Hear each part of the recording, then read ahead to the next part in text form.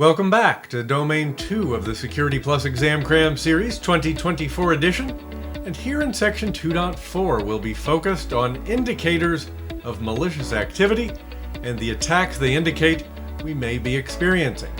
We'll map common indicators like account lockout and impossible travel to a variety of malware, physical, network, application, and cryptographic attacks. 2.4 is a big one. Off we go.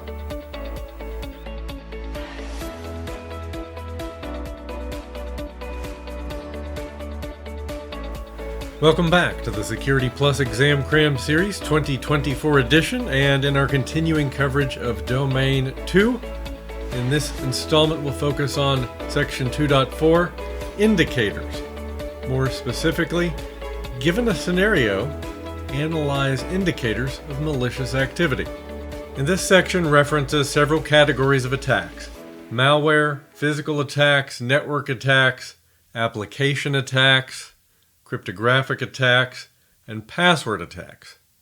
But in line with the name of this section, we see the final area is indicators, or indicators of compromise, we call them. So when it comes to cyber attacks on the Security Plus exam, you should understand the basics of the attack, how we mitigate that attack, what are our preventative measures, our countermeasures, but also we need to be familiar by this section with the indicators. So I think we're going to rearrange the order here ever so slightly. There are three terms I want to familiarize you with before we get into the content of this section, but I'm also going to take that indicator section and I'm going to move it to the front of our discussion. Knowing a bit about these indicators before we talk about those indicators in the context of these various cyber attacks will be helpful. So another long-form reference to indicators is indicators of malicious activity. For purposes of our discussion here, we're simply going to call them indicators. Indicators are signs that something suspicious might be happening on a system or network. And it could be technical, like unusual login attempts or data exfiltration, or it could be behavioral, like employees downloading suspicious files. They don't necessarily mean an attack is underway, but they warrant investigation for sure. Then we have malicious activity, which is a potential event that could exploit a vulnerability and cause harm. Malicious activity can be detected by indicators, but it may be more subtle and require deeper investigation to get to what's really going on. And then we have a cyber attack, which is a deliberate and focused attempt to exploit a system or network vulnerability to achieve a specific goal. This is the actual execution of malicious activity with a specific goal in mind. So indicators, malicious activity, and cyber attack. Let's put these in context through an analogy. So indicators are like smoke detectors. They might go off because of burning toast, a false positive, or a real fire, a true positive. Malicious activity is like seeing flames flickering in a window. It suggests something bad is happening, but it could be an unattended candle or a full-blown fire. The attack is the actual fire spreading through the house. It's the most damaging event in the sequence, confirming malicious intent and causing significant harm. With the important terms behind us, let's move into indicators, beginning with account lockouts.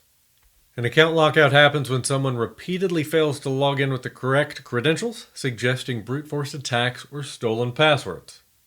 Next, we have concurrent session usage. Now, if someone has access from geographically impossible locations at the same time, it could indicate account compromise and someone else being logged in simultaneously.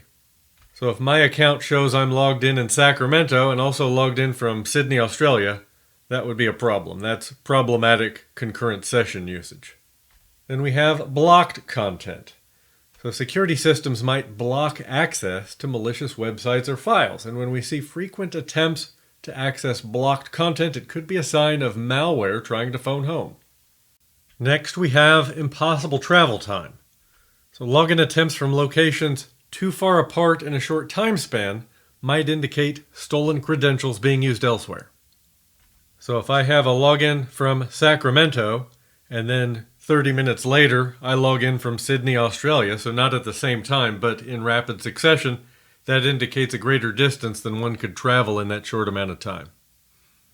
Resource consumption, a sudden spike in resource usage that might be CPU, memory, network, could be disk, which could be malware running or a hacker trying to exploit system vulnerabilities. And then resource inaccessibility, so critical resources being inaccessible could be a sign of a denial of service or distributed denial of service attack or malware tampering with systems. And resource consumption can lead to resource inaccessibility. If all the resources are consumed by a malicious function, there won't be resources available for our application. Next, we have out-of-cycle logging. Security systems typically log events on a schedule, like every 5 minutes, for example. We might see a check-in in the system log. So unscheduled or unexpected logging activity could indicate tampering or an attempt to cover tracks. Maybe we see a spike in the number of login attempts being logged in our security logs, and it's not, during the morning rush. That's an indication of something unusual. Then we have published or documented indicators. So if a specific exploit or malware is well known, security professionals might track instances where it's being used. And finally, missing logs. So security logs are crucial for investigating incidents. They give us our audit trail. And missing logs could be a sign of tampering by a bad actor to avoid detection. Now we'll step into attacks beginning with malware. First, we have ransomware. So what is ransomware exactly? Well, it infects a target machine, and then it uses encryption technology to encrypt documents, spreadsheets, files, whatever it can find with a key known only to the malware creator.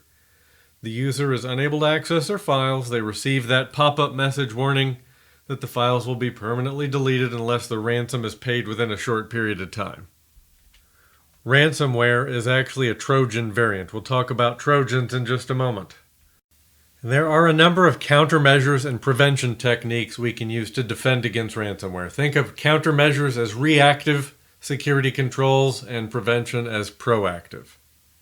So in the countermeasures category, we can back up computers, store backups separately. We can back up our cloud storage. It's quite common to see businesses back up their OneDrive associated with Office 365, for example.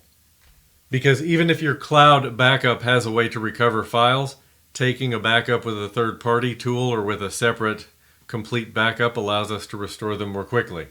And user awareness training can be an effective countermeasure, so when a user sees ransomware, they know how to respond. Essentially, not to take any action and to escalate to IT.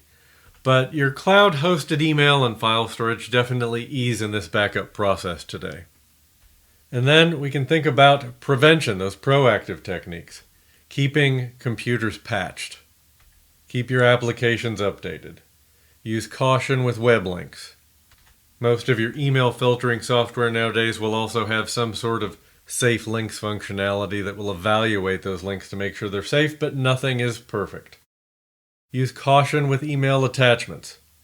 Same story. A lot of your email filtering and protection software will now have a feature that detonates those attachments in a sandbox to make sure they're safe. Verify email senders. Every organization I know flags mail coming from an external source with a red banner or something similar that says, "From an external sender, proceed with caution." And any sort of preventative software program. This could be EDR, XDR, any number of features out there that protect against successful deployment of ransomware. And modern EDR and XDR, AI-driven cloud services, can definitely help in the prevention category. They'll have access to external threat intelligence. They monitor for emerging threats, what some call zero-day behaviors, and generally they'll have some sort of portal that give you central visibility into any situations of concern in your organization. And at the high end of quality, even some automated investigative capabilities. Up next, we have the Trojan. So a Trojan is a software program that appears good and harmless, but it carries a malicious hidden payload that has the potential to wreak havoc on a system or a network. Good defense: only allow software to be installed from trusted sources, and don't let users install software. Install approved software for them. Set up a request process so when a user needs new software that's not already standard sanctioned software, they have a path for approval. And we have spyware. So this is software designed to monitor and steal a user's activity without their knowledge. It can capture keystrokes, passwords, browsing habits, and other sensitive information. How do we mitigate spyware? Well, we can install and update anti-spyware software. Teach users to be cautious of free software downloads that may contain spyware. Adjust browser privacy settings to limit tracking. In a corporate environment, we can typically do that at scale through policy. On an individual basis, teach users to be mindful of the information they share online. And of course, use strong passwords and avoid using them on multiple websites. And that's another item that's important in our user security awareness training, to make sure users know that when they create that strong password at work, they don't take that home and reuse it on websites that they use in their personal life. Now let's pause and talk about some of those indicators, specifically for ransomware, Trojan, and spyware, because they have a few in common. So account lockout is certainly possible if a malware attempts brute force logins to gain access to additional systems. Certainly a possibility with any of these. The Trojan in particular could be delivering bad news like that. Blocked content may occur if security blocks malware upload or download attempts. We could see resource consumption, high CPU memory or network due to malware processes. And even missing logs. Malware might try to tamper with logs to avoid detection. And I'm doing this not to give you a list to memorize, but to just really think through the process with you. As you understand what an attack is, you can then, in your head, begin to associate some of these indicators. Next, we have a worm, which is a self-replicating program that spreads itself across a network, infecting other computers. And it can exploit vulnerabilities in software or hardware to propagate itself. So how do we mitigate a worm? Well, applying security patches. Closing those vulnerabilities down when we hear about them, disabling unnecessary network services and ports, reducing our attack surface. Using firewalls to control network traffic, we'll have access lists there. Educate our users about not opening suspicious emails or attachments. Making sure we scan systems for malware infections, making sure that we have email protections that scan attachments and examine hyperlinks. And as they self-propagate throughout your environment, they can be configured to potentially consume resources, steal data, or otherwise disrupt system operations. Let's talk about the indicators related to the worm. Resource consumption. Worms can consume resources while replicating, and we may see network inaccessibility. Worms can overload networks, making our resources inaccessible. Out-of-cycle logging. Security systems might log worm propagation attempts, so we might see spikes in logging. And remember, if a specific worm is known, security professionals might track its activity. So in particular, if you're using a SIEM solution, Security Information Event Management, or a modern Extended Detection and Response, or XDR solution, what you may find is that you have a canned query from your vendor that you can paste into your portal and search to see if you are impacted by a specific worm. And that sort of capability is broadly applicable to malware that's published or documented and can be found through querying for specific sorts of patterns in your logs or network traffic. So next we have bloatware, which is unnecessary software pre-installed on a device that consumes resources and reduces performance. It's not technically malicious, but it can be unwanted and difficult to remove, and may come with other behaviors that we don't like maybe data collection around browsing habits and the like. It can vary, but how to mitigate? Research devices before purchase to understand the pre-installed software. Look for options to remove bloatware during device setup. This is a great opportunity for implementing a golden image, so you have a standardized image across your client estate that does not include that bloatware. And use third-party uninstaller tools with caution. You run the risk of removing critical software. Next up, we have the keylogger, which is software or hardware that records every keystroke typed on a computer. It can be used to steal login credentials, credit card information, and other sensitive data. Mitigations for a keylogger. Use a virtual keyboard for sensitive information entry as it prevents hardware keyloggers. Enable two-factor authentication for added login security. Be cautious of suspicious software downloads. Make sure you're downloading known good signed software and scan it. Make sure it's free of malware.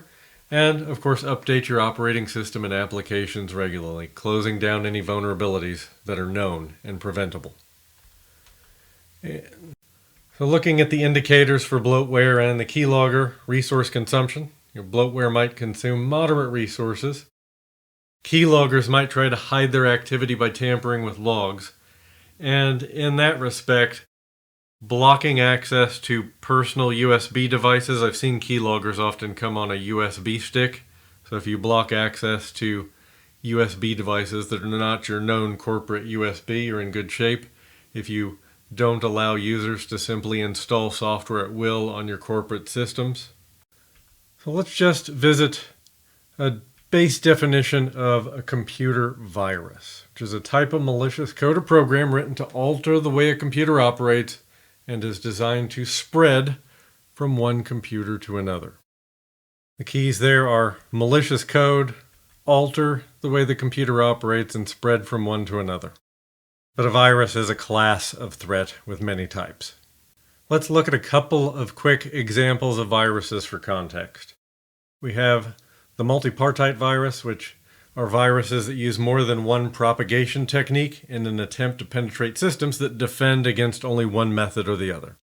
We have stealth viruses that actually hide themselves by tampering with the operating system to fool antivirus into thinking everything is functioning normally. Polymorphic viruses that modify their own code as they travel from system to system. So it looks at least slightly different everywhere it lands. Know the basic virus definition I just gave you, indicators we've been talking about, and mitigation for the exam, but you don't need to remember these three. These are just for context. So let's talk about the logic bomb, which is malicious code designed to trigger a specific action at a predetermined time or event. A logic bomb may take multiple different actions after it triggers, but triggering at a predetermined time or event is the key to what makes a logic bomb a logic bomb. It might erase data, corrupt files, or disable systems. Let's look at how we can mitigate. Implement strong access controls to prevent unauthorized code installation. Regularly review system logs for suspicious activity, so if we have XDR or SIM in place, we can automate some of this.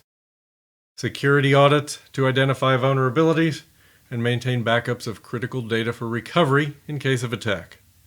So some proactive and some reactive. Next we have the rootkit, a stealthy program that provides an attacker with privileged access to a computer system. It can hide files, processes, and network activity and is, as a result, difficult to detect and remove. Mitigations for the rootkit. Implement strong user authentication and access controls. Regularly scan systems for rootkit infections using specialized tools. Keep your operating system and applications up to date. That's a theme I hope you're seeing. Be cautious of suspicious software downloads and attachments. Another theme. And monitor system logs for unusual activity. And many of these mitigations represent the absolute basics of security. Implement strong authentication. Keep your operating system and your applications patched. And be cautious of suspicious software downloads. Good user security awareness training. And the logic bomb and the rootkit share some indicators, so we'll look at these together. Resource consumption. So logic bombs might use resources before detonation. Rootkits might use resources just to maintain stealth. Resource inaccessibility. Logic bombs might detonate and render resources inaccessible. Rootkits might hide critical resources. Out-of-cycle logging. Of course, you might see some out-of-cycle logging when there's suspicious activity underway. And missing logs. Logic bombs and rootkits might tamper with logs to avoid detection. Next, we're going to move on to physical attacks. We have brute force attacks, but of the physical variety, which means breaking locks, breaching locked doors and gates, or other means of unauthorized physical entry. Alarms, physical barriers, security patrols, security inspections, high security locks all make sense here as preventative or countermeasures. So looking at the indicators for brute force, resource inaccessibility, so physical damage from breaking in might render resources inaccessible, like servers in a damaged room. Out-of-cycle logging, so security systems might log unusual activity related to the break-in, like triggered alarms or door sensor malfunctions. Missing logs, an attacker might tamper with even physical security logs or security cameras to hide evidence. So notice logs means something different in the context of a physical attack. Next we have RFID cloning. These attacks work by cloning an RFID card, which can be difficult to detect if the RFID is the only identifier used.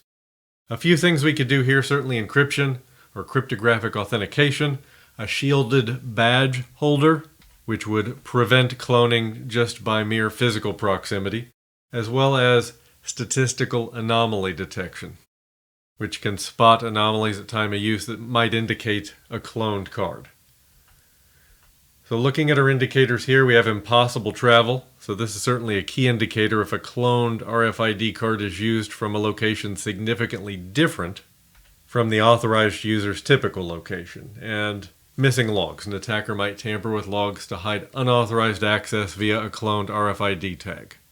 That would certainly imply some form of previous access in most cases, I think. Next, we have environmental attacks. These may include attacks on HVAC systems, so heating and air conditioning, triggering a fire alarm or fire suppression system maliciously, physical tampering like cutting cables, security cameras, alarms, controlled access paths, security guards, requiring check-in at a security desk in order to access a secure data center makes pretty good sense. So indicators on the environmental category. We have resource inaccessibility, so environmental attacks can render resources inaccessible. A flooded server room, high heat damaging equipment, which takes really only in the single-digit hours in some cases. Out-of-cycle logging. Security systems might log unusual environmental sensor readings. So certainly temperature, humidity, the presence of water. And missing logs. An attacker might tamper with security logs to hide their activity after causing damage within the environment. Moving on to network attacks, the syllabus cites distributed denial of service, so let's touch on the basics here. We have a denial of service attack, which is a resource consumption attack intended to prevent legitimate activity on a victimized system. So it might consume all the CPU or all the memory or all the network or maybe all of those things. And then we have a distributed denial of service attack, which is a DOS attack utilizing multiple compromised computer systems as sources of attack traffic. Thus the distributed, because the attack is distributed across those multiple compromised systems. Your countermeasures here: firewalls, routers, intrusion detection, SIM, disabling broadcast packets entering or leaving your network, disabling echo replies, patching. But it's important to recognize that distributed denial of service are a class of attacks.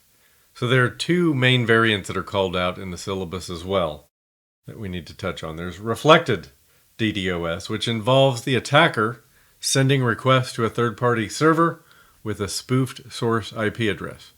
The spoofed address is actually the target of the attack. It sends the response to the target instead of the attacker, overwhelming the target with unsolicited traffic.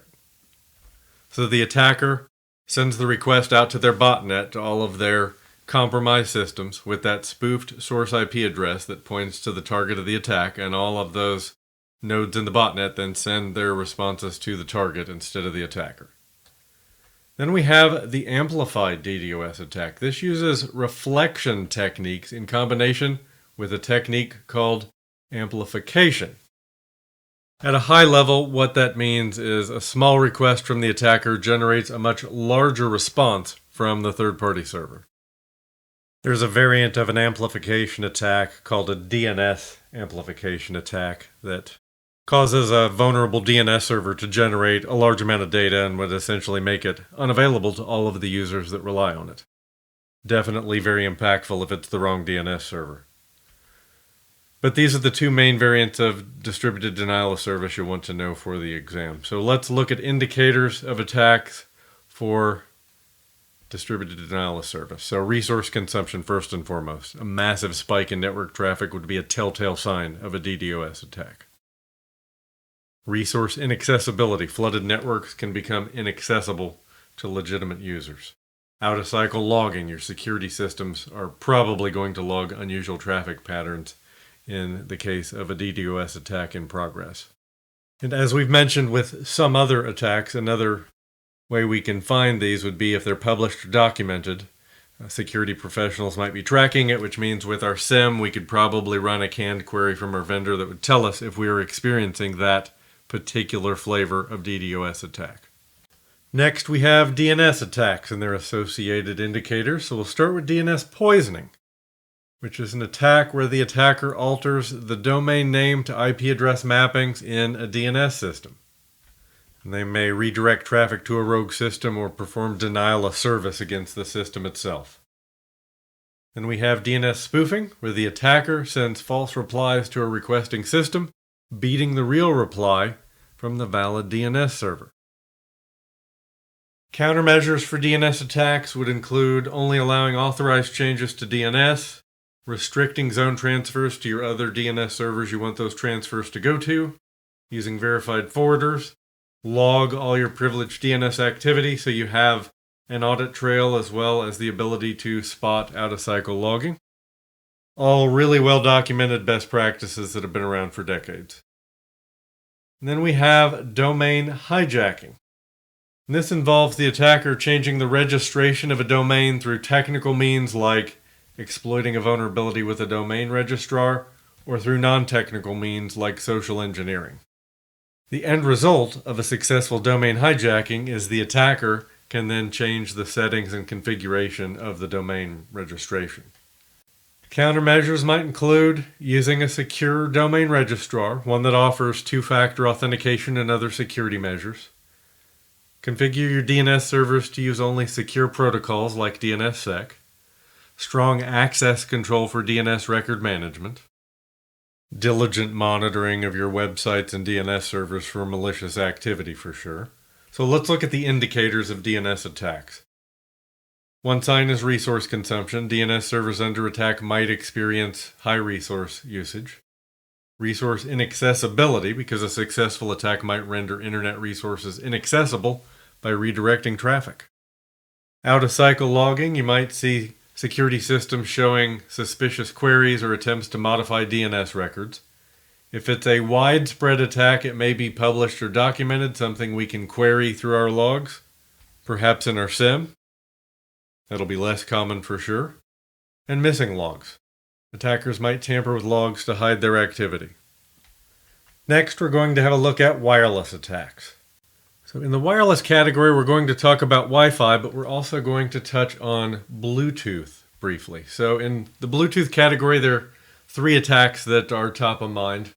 Bluejacking, which is where pranksters push unsolicited messages to gain or annoy other nearby Bluetooth through a loophole in Bluetooth messaging options. We have bluesnarfing, which is data theft using Bluetooth. In bluesnarfing, vulnerable devices are those using Bluetooth in public places with devices in discoverable mode.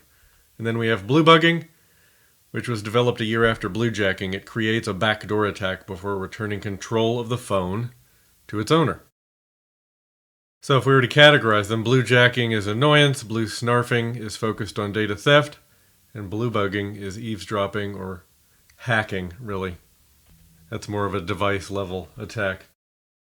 And to prevent, use long PIN, multi-factor authentication, and disable discovery mode. So moving into the category of Wi-Fi, we have the evil twin, which is a malicious access point set up to appear to be a legitimate, trusted network.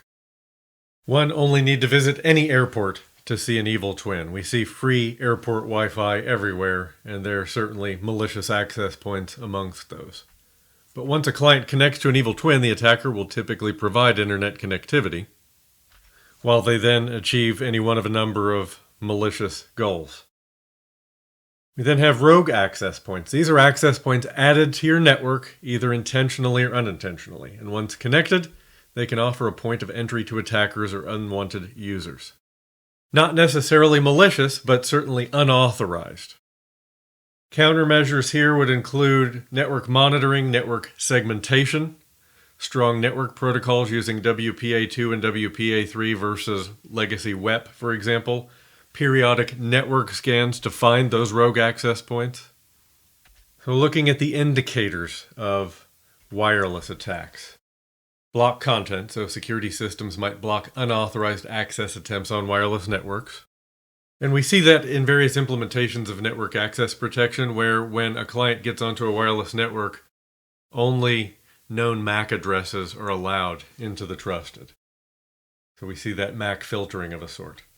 Concurrent session usage, so if unauthorized devices are accessing the network concurrently with legitimate ones.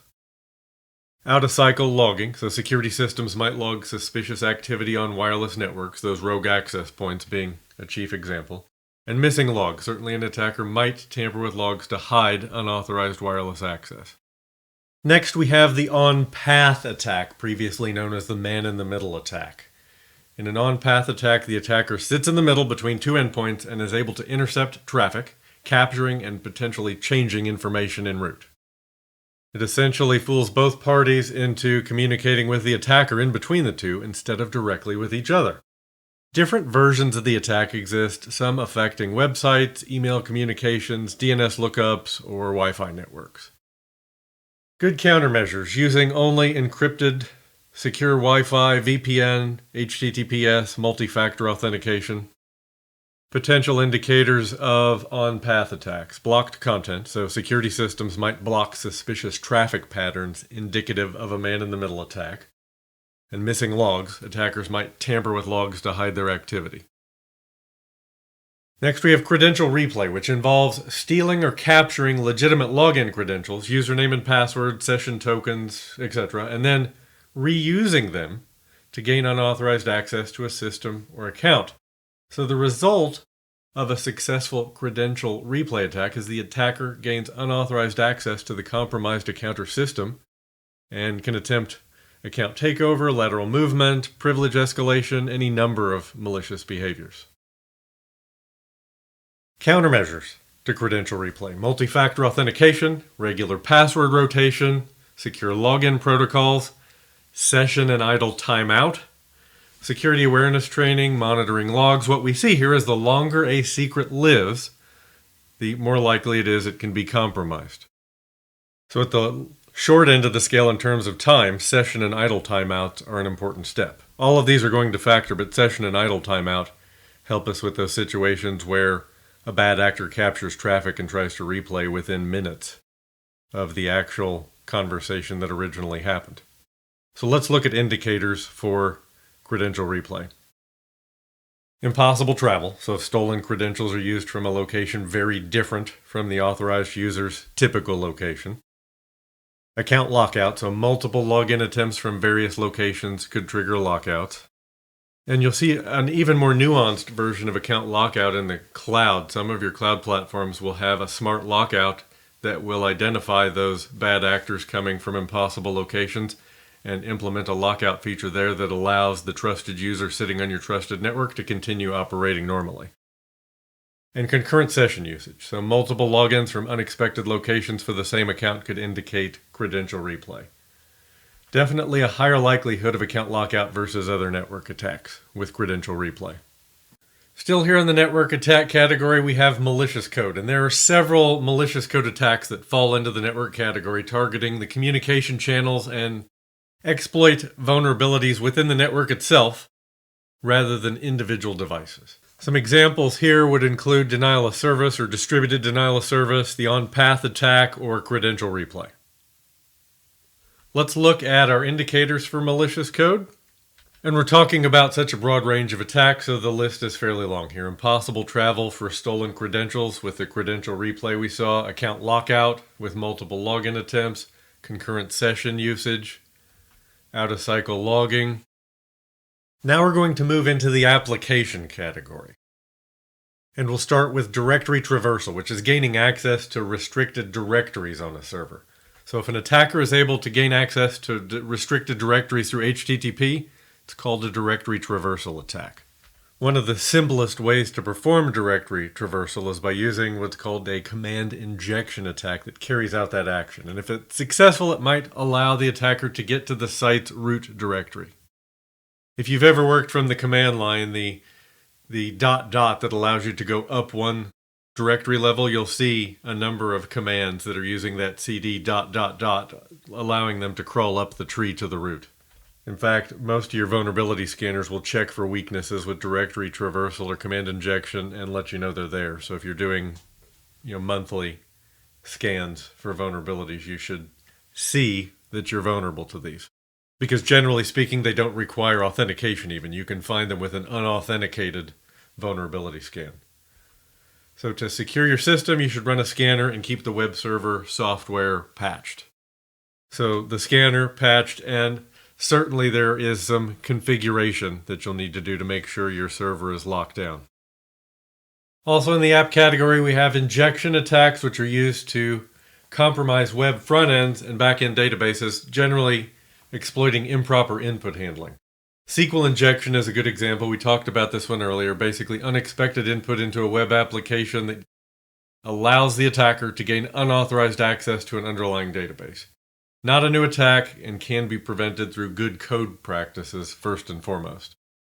So countermeasures are several. First and foremost, input validation. So secure coding practices. Using stored procedures, which are pre-compiled, which is going to limit what the system will allow in terms of T-SQL queries, limiting account privileges, and you can also stand up a web app firewall in front of that web app, and a web app firewall will generally have rule sets that implement the OWASP top 10 web attacks, and that will protect against SQL injection. Next, we have buffer overflow, attacks attackers use to exploit poorly written software. And this is another one, generally speaking, that exploits input validation or lack of input validation. And when this occurs, the code, can overflow the memory buffer.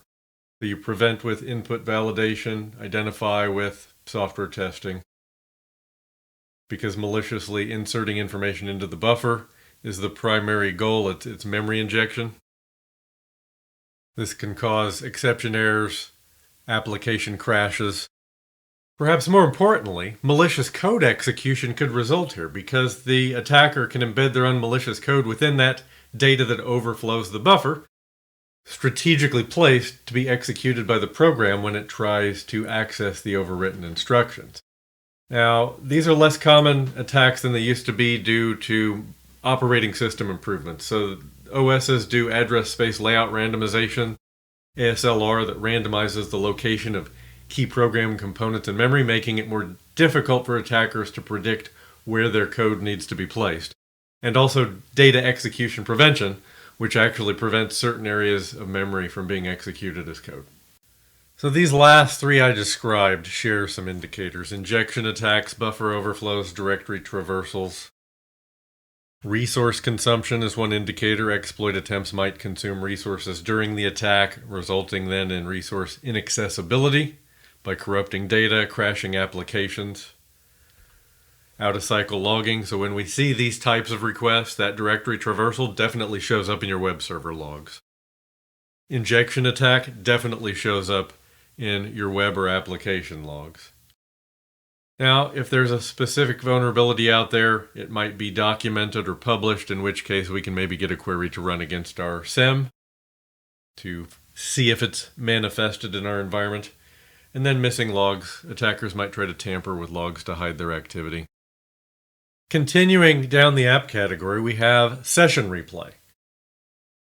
This is an attack that targets web applications that rely on session tokens or cookies to identify and authenticate users. Essentially, in the capture sequence, the attacker intercepts a legitimate user's logon session with the application. And then the replay. The attacker then uses the stolen token or cookie to replay the captured session. So if they're successful, the attacker gains access through a fake session that appears legitimate. Countermeasures include short-lived session tokens, invalidating a session on logout, cross-site request forgery protection, multi-factor authentication, server-side validation. What most of these countermeasures have in common is that they need to be implemented through secure coding practices. Let's take a quick look at session replay indicators. So we have concurrent session usage. So if a user has multiple login sessions happening simultaneously, especially geographically distant locations, could be a strong sign of a session replay. And in line with that, impossible travel. So seeing login activity from a location very far away from the user's usual location. Out-of-cycle logging, so a sudden increase of successful logins from unusual locations or a significant rise in data transfer outside of normal usage patterns. Next, we have privilege escalation, which is a vulnerability that allows attackers to gain higher privileges on a system than they should have, and potentially leads to sensitive data access or installation of malware. A good way to mitigate this threat is to require authentication to elevate. That's user access control on Windows, sudo on Linux.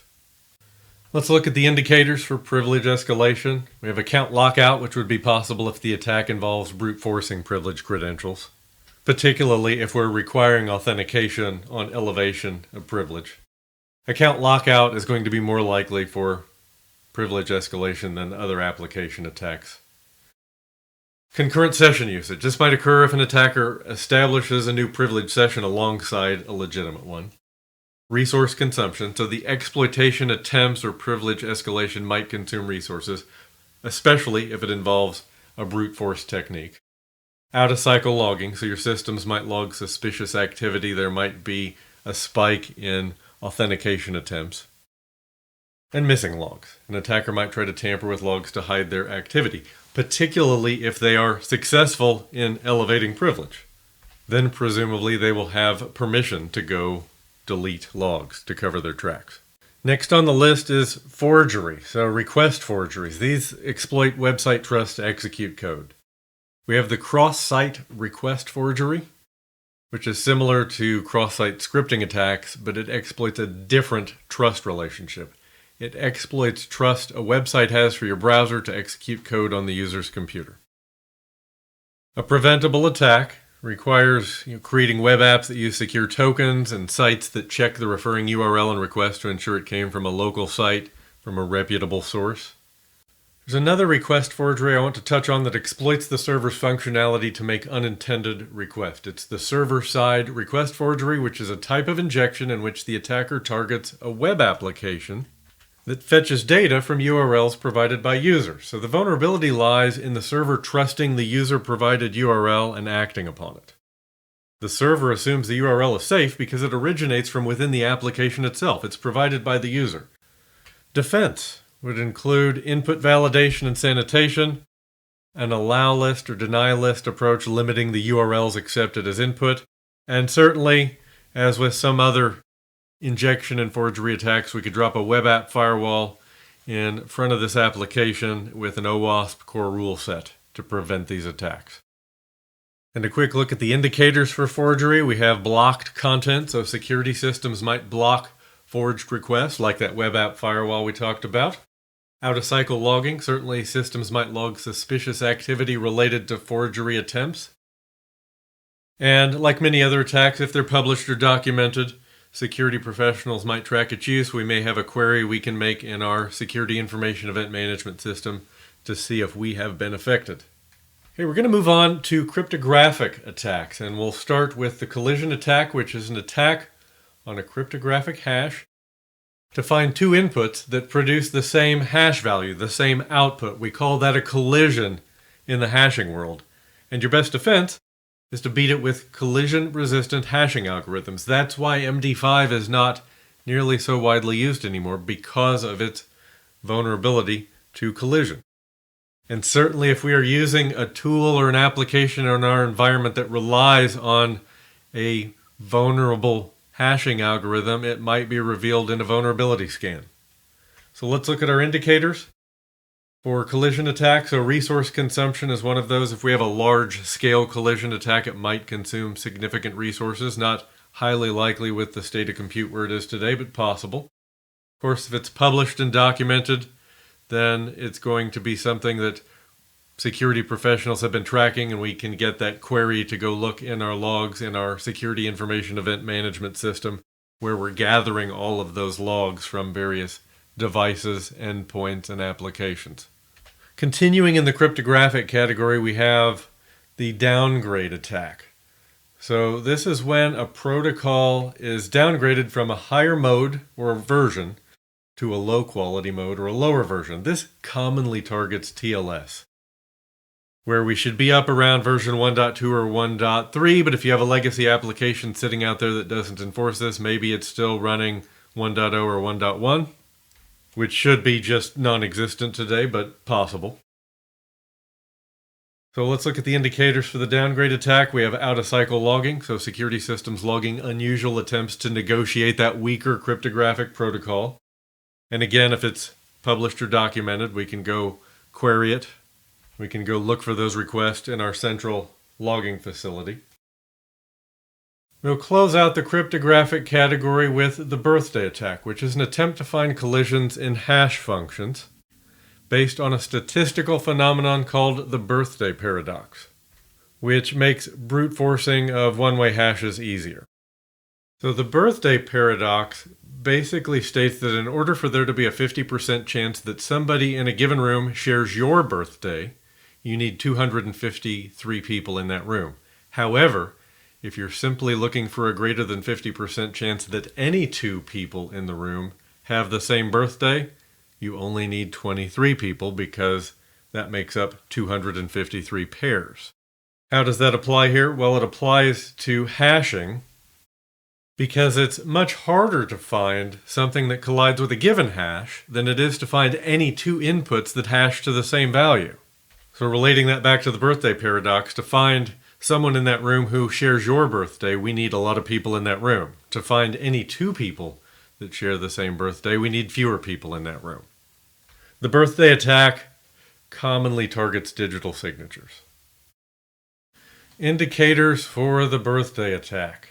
Resource consumption, so large-scale birthday attacks might consume significant resources during the calculation phase. Again, less likely for most systems with compute where it is today.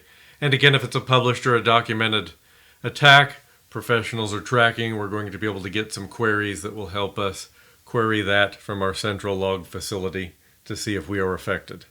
I want to share just a couple of additional insights on the cryptographic category here that might explain a trend you saw in the indicators we reviewed. So account lockout, concurrent session usage, block content, impossible travel, missing logs, resource accessibility are not necessarily likely indicators for the cryptographic attacks that we're talking about in most cases, because oftentimes these attacks happen behind the scenes without directly affecting user accounts or system functionality. And they often target weaknesses in the underlying algorithms or implementations of those algorithms, so the logs may or may not be helpful. And the final category we'll cover here in section 2.4 is password attacks. So we have password spraying, which is where an attacker tries a password against many different accounts to avoid the lockouts that typically come when you're brute forcing a single account. If an attacker does a pure brute force, many passwords against one account, a lockout's going to come relatively quickly. But if they're trying a single password against many different accounts, then they're going to fly under the radar for a while potentially. This attack succeeds when an admin or an application sets a default password for new users, particularly a common and weak password. Your effective countermeasures here would include multi-factor auth, CAPTCHA, and forcing password change on first login. Technically still a type of brute force attack, but a clever one at that. So let's look at indicators for password spraying. Account lockout, a high volume of failed login attempts from various accounts can certainly trigger lockouts. Resource consumption, there could be a moderate increase in resource consumption by login processes that might occur during a spraying attack.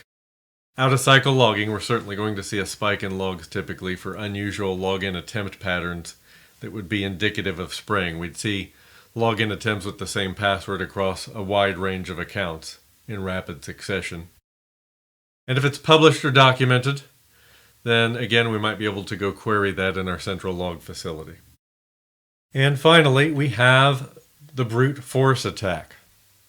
A brute force password attack attempts to randomly find the correct cryptographic key, the correct password, attempting all possible combinations, trial and error.